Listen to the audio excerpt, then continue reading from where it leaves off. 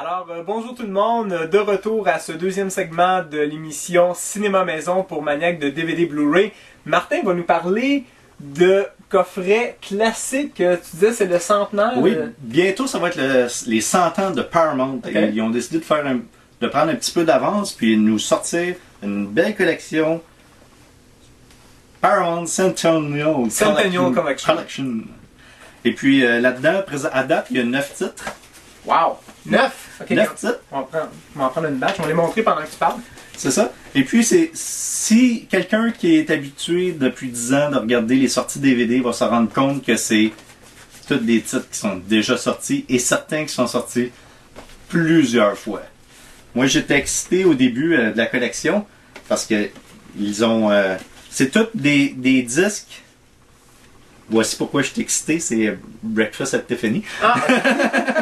Et puis, c'est tous des titres qui ont été remasterisés à partir de Master Haute Définition, mais sont en DVD quand même. Oh ouais. Et puis, ils ont fait en sorte que chaque ensemble de 2 disques, sur le premier disque, on a le film, quelques pistes sonores, mais le film, il prend toute la place. OK. Quelques pistes de commentaires. Ça permet d'avoir une meilleure qualité au film. OK, c'est bien. Tous les suppléments des éditions précédentes ont été mis aussi sur le deuxième disque. Okay. On a une édition très très belle de Sunset Boulevard. Pour les fans d'Audrey Hepburn comme moi, Breakfast at Tiffany. Qui est comme par exemple, on va prendre ce titre-là étant donné que tu es très fan et tu es très passionné.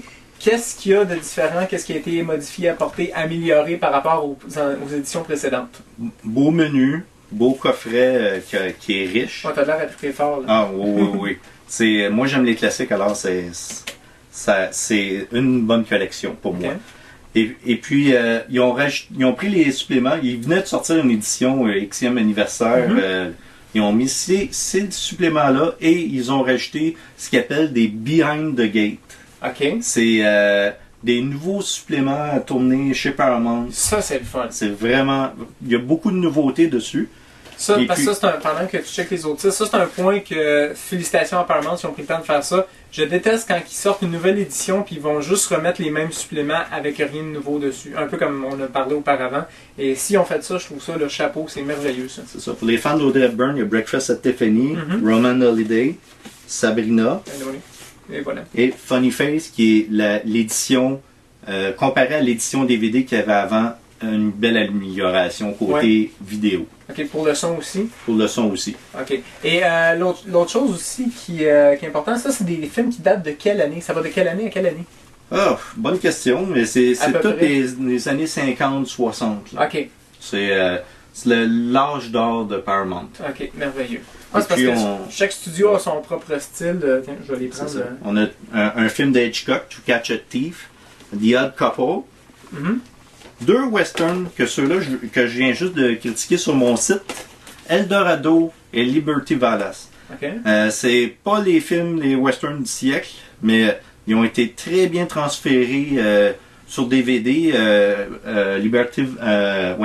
The Man Who Shot Liberty Valance est peut-être un petit peu trop nettoyé. Okay. Ça a l'air artificiel. Ah. Mais pour Eldorado, parfait. Mais ces 2 films-là n'ont pas de Behind the Gate, comme je parlais sur les autres, mais ils ont des documentaires en 7 parties récemment faits. C'est bien ça. Avec notre ami Peter Bogdanovich.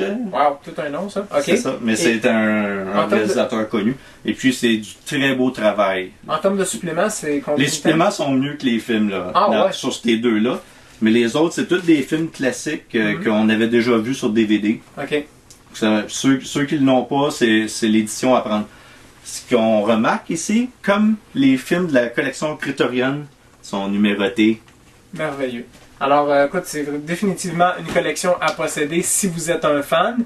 Et on va passer au prochain segment où là, on va parler de mes séries préférées. Des affaires que personne ne regarde, là? Moi, t'en faire, moi. C'est des séries télé qui font partie du top 10 au Canada et aux États-Unis. Alors, c'est tout pour ce segment. À tout à l'heure. Merci, Martin.